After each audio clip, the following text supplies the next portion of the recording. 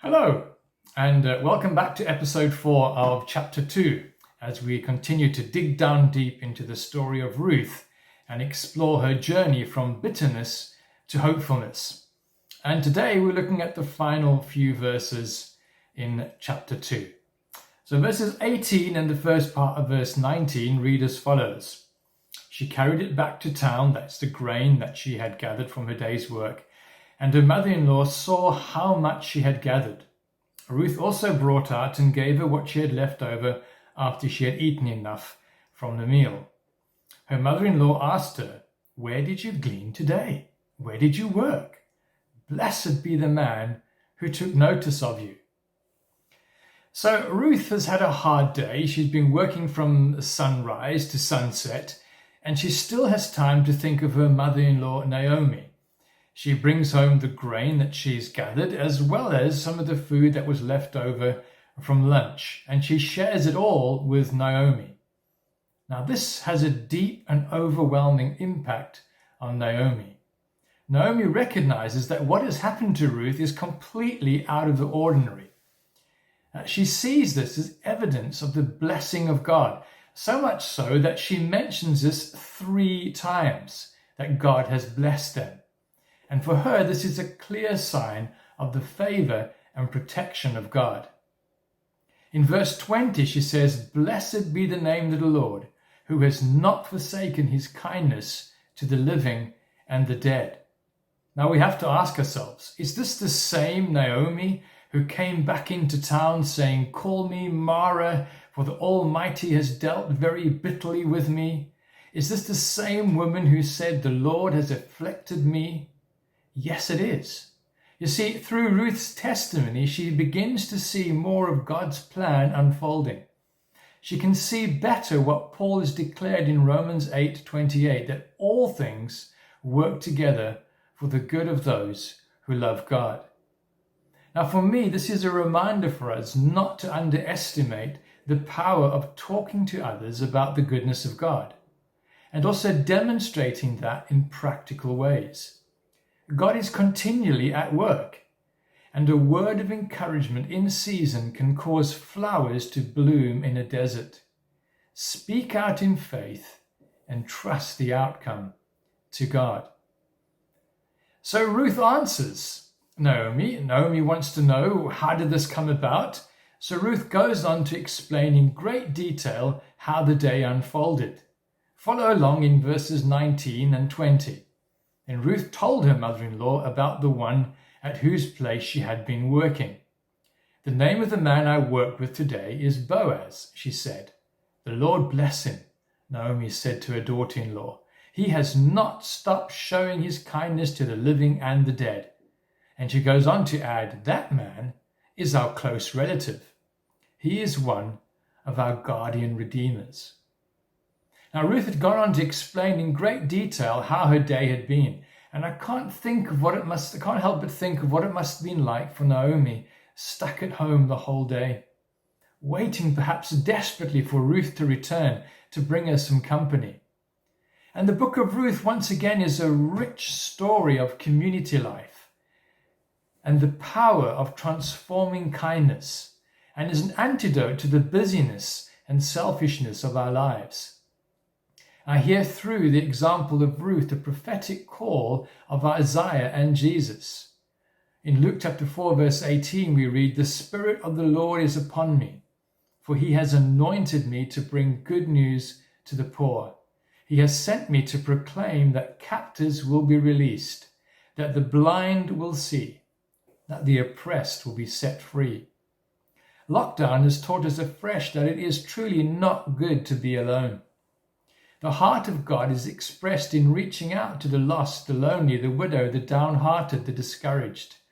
Lord, as we come out of lockdown, let your church reach out to every corner with the transforming love of Jesus. Before we move on to our final thoughts, let's pause for a moment at the end of verse 20, where Naomi explains to Ruth that Boaz is a guardian redeemer, or kinsman redeemer. Now, we've already looked at the idea of redemption in our previous episode, but I'd like to explain a little bit more detail about what Naomi means with Boaz being the kinsman redeemer. The kinsman redeemer is a relative who, according to the laws of the Old Testament, had the privilege and responsibility to act on behalf of a relative who was in trouble, danger, or need. This relative acted to restore the full community rights of those that were in trouble. And this practice was a reflection of God's covenantal relationship with Israel, and is for us today a pointer towards a redemption that is found in Jesus Christ. The responsibilities of the kinsman redeemer were quite detailed and quite varied. Now, in terms of Naomi and Ruth, it applied particularly in two areas. First of all, the kinsman redeemer's responsibility to redeem the land. And we read about this in Leviticus 25, verses 25 to 28. Secondly, as applied in this case, was the kinsman redeemer's responsibility to provide an heir. When we sell our house or land today, the title or ownership is usually passed on to the owner in perpetuity, forever. However, Israel's land was granted in the days of Joshua to the tribes to be kept within the family. And that's one of the reasons why genealogies were so important. So when someone sold property to pay off debts or whatever, the transaction was that not what we understand today in terms of passing on ownership. It was more in terms of a lease.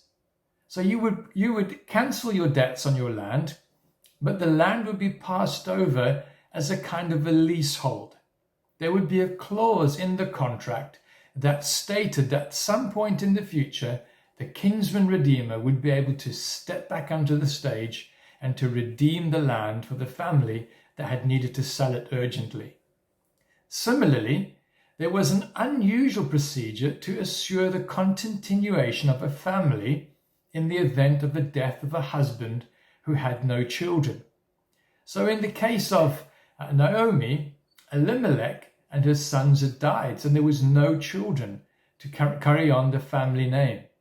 So in this case, a kinsman redeemer would be able to step in on behalf of the family with a widowed husband with no children. If a widow had no son, she could request the next of kin to take care of her and raise children with her that would continue the dead family's bloodline forever. It was with dawning realization that Naomi begins to see the hand of God in what at first glance appeared to be a coincidence. Let's read the final verses together. Then Ruth the Moabite said, "He even said to me, 'Stay with my workers until they finished harvesting all my grain.' Naomi said to Ruth, her daughter-in-law, 'It will be good for you, my daughter, to go with a woman who worked for him, because in someone else's field you might be harmed.' So Ruth stayed close to the women of Boaz to glean until the barley and wheat harvests were finished, and she lived with her mother-in-law." So what we might see at first glance as a coincidence, where Ruth just happened to find herself a place of work at Boaz's field, was actually part of God's unfolding plan. And the reason why Naomi had begun to change her attitude from bitterness to hope was because she began to see the hand of God at work. Surely God does work all things together for good. In the closing verses of chapter 2, we see a rejuvenated Naomi who has the beginnings of a plan. The fragrance of romance is in the air, as Naomi realizes that Boaz's kindness to Ruth might just be a little bit more than that. Is it possible that the grace of God shown to both Naomi and Ruth is more than they could have ever asked or imagined? Well, turn into chapter 3 to find out how this story and the blossoming romance continues.